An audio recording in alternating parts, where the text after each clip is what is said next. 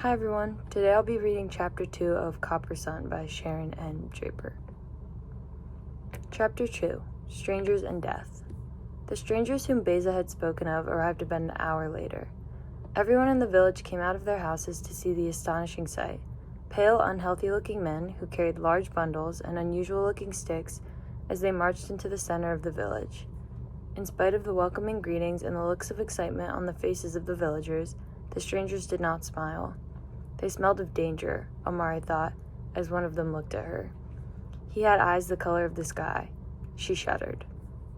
However, the unusual-looking men were accompanied by warriors from the Ashanti tribe, men of her own land, men her people had known and traded with. So even if the village elders were concerned, it would be unacceptable not to show hospitality. Surely the Ashanti would explain, but good manners came first.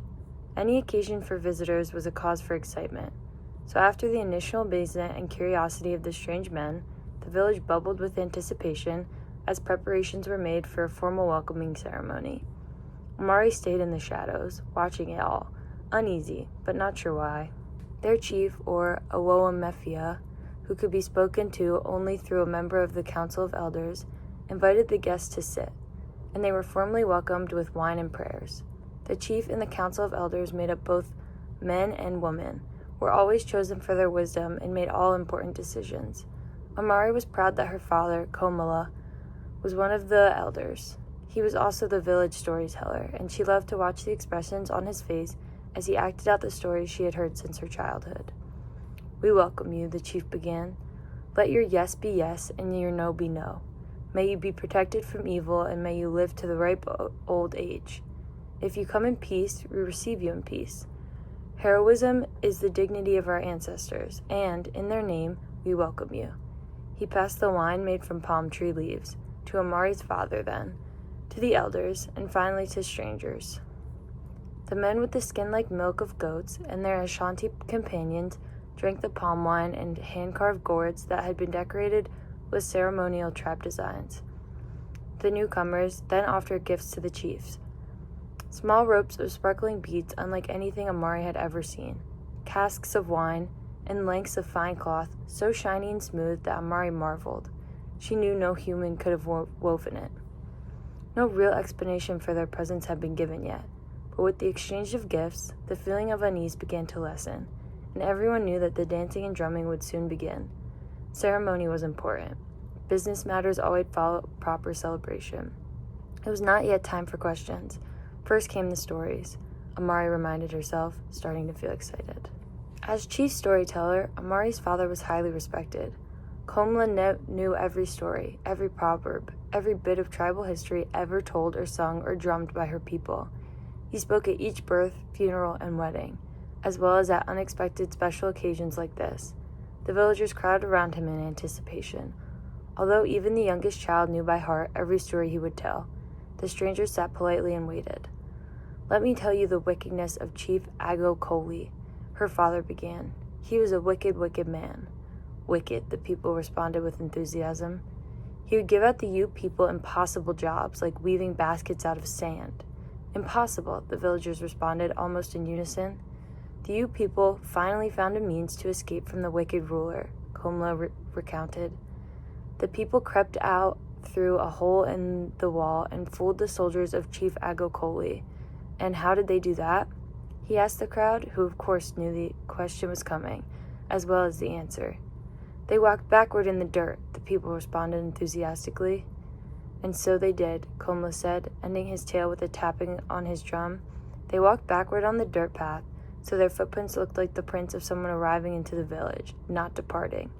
He looked over at Amari as she finished the tale with a wink he saved for her alone.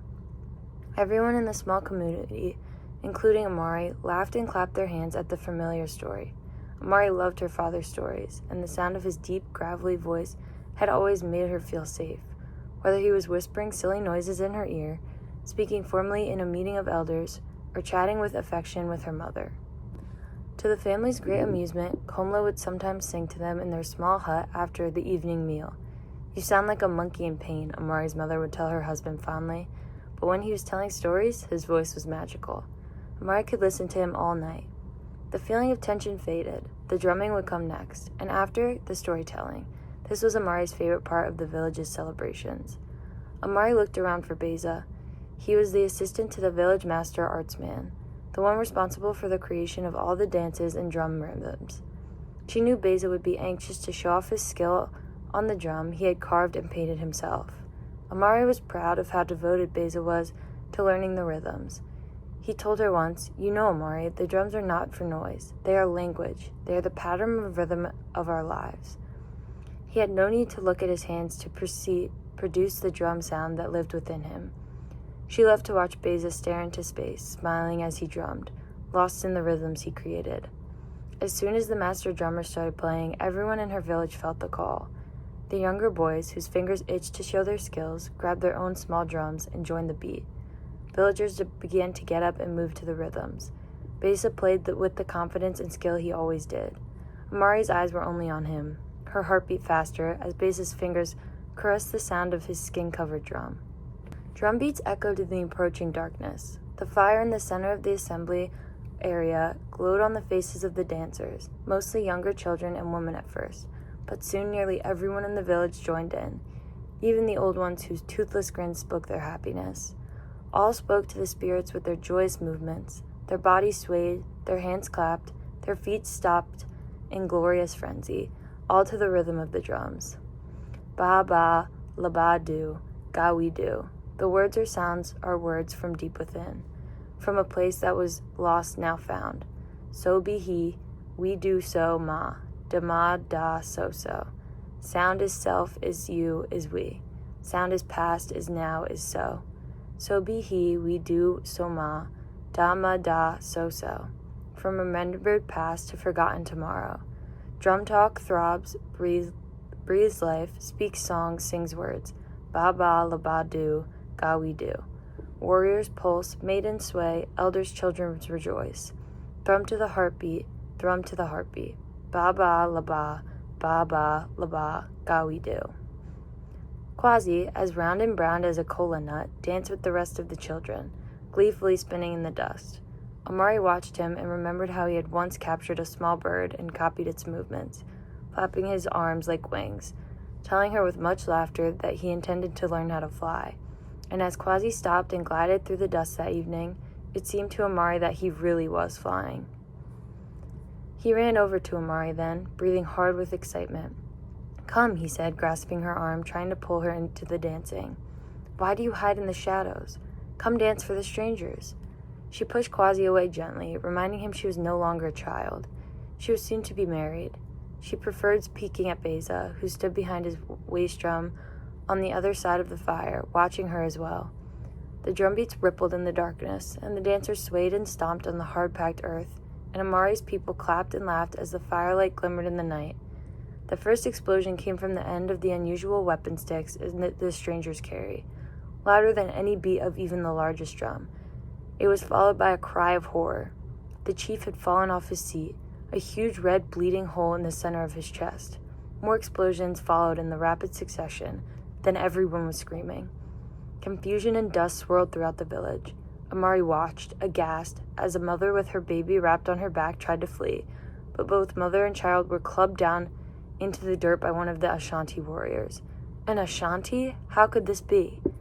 Villagers ran blindly into the fire, trying to escape and screaming for mercy, only to be felled by the terrible fire weapons of the strangely pale men. Amari knew she should run. She knew she should try and escape into the forest, but her feet would not move. She could only stare in horror. She gasped as she watched Ashanti grab her mother and try and put thick iron cuffs on her mother's wrist. She turned her head and followed, in slow motion, it seemed, her father's bellows of rage as he leaped toward her mother to rescue her. But before he had even reached her, one of the milk-faced men thrust a knife into his stomach, and Komla fell silently to the earth. Amari's mother screamed in anguish and bit her captor's hand. In rage, he hurled her to the ground. Amari watched, unable to breathe or move, as her mother's head smashed upon a rock. Amari wanted to scream, "Mother, get up, oh please get up." But Amari, she was unable to say a word. Her mother did not move. Amari needed her parents to come get her, to tell her not to be afraid, to run with her into the underbrush for safety. but they just lay there, their blood beginning to stain the dust. Amari doubled over in agony. Her parents were dead. She looked frantically for Beza and Quasi, but all smoke and screams and death. Finally, she saw Quasi running towards her, screaming, "Run, Amari, run!" Her feet loosened then as he reached her. She grabbed his hand, and they ran wildly out of the village into what they hoped was the safety of the darkness. Sharp branches cut Amari's face as she plunged through a thick tangle of trees. The smell of sharp, acrid smoke, not of gentle hearth fires, but of flames of destruction, followed them. Birds and monkeys above them cried out in alarm, but their noise could not cover the screams of slaughter of her people. Suddenly Amari heard fast-moving, thudding footsteps behind them, and the whir of a spear. Quasi held her hand tighter and then ran even faster. Amari trying in vain to be as invisible and swift as the wind. "Fly, my baby brother," she thought desperately. "Fly away." One moment they were leaping over a fallen log, and the next moment she heard Quasi moan softly. Then his hand slowly slipped from hers. He slumped to the ground, a look of soft surprise on his small face. A spear had sliced through his whole body. Amari sank down beside him and held him to her. He died in her arms. She lay there in the darkness, cuddling his small, lifeless body, unable to weep, unable to run any longer. She hardly cared when she was grabbed by one of the strangers. Her arms were wrenched behind her, and iron shackles with heavy, rusty chains between them were snapped onto her wrists, holding them there. Amari was marched back to where the burning village had once stood so happily, grabbed by her hair and shoved into a pile of other survivors from the village. No one spoke, no one wept. They were defeated.